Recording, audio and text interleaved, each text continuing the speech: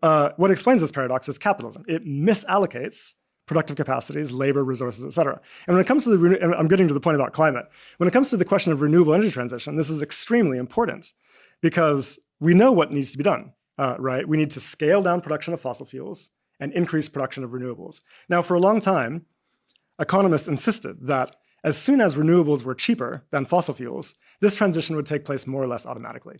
But that occurred almost 10 years ago. Renewables are now about 50% cheaper than fossil fuel gas.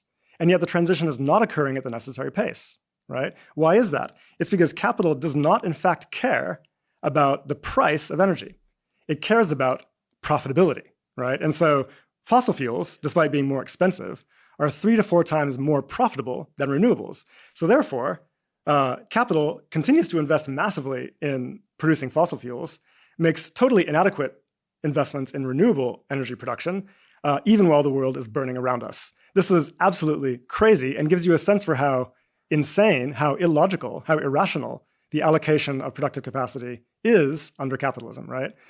We cannot even achieve the thing that we know we need to achieve and which we are capable of achieving very quickly. We're not doing that. And the reason is because we do not have control over our productive capacities. Now, if we did have democratic control over production, which is socialism, right, then we would be able to solve our ecological and social crises very quickly, right? I mean, it is not difficult to ensure food security for all. It is not difficult to ensure universal healthcare. Renewable energy is very simple to develop and expand. We could deal with these crises, abolishing human deprivation and dealing with the climate crisis in very short order if we had democratic control over our productive capacities. And this is so crucial, I think. Like, people will say, you know, capitalism is this great driver of innovation and we live in the best possible world. No, this is lies. Look at the world around us. We live in a miserable world, actually.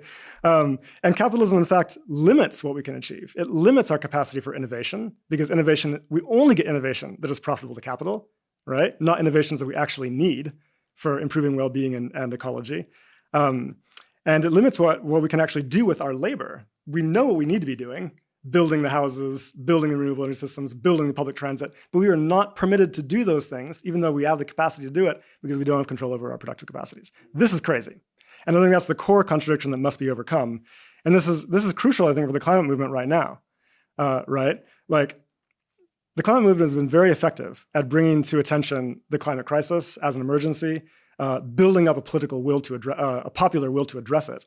And yet nothing is happening in terms of policy, right? Why? Because our governments are aligned with the interests of capital.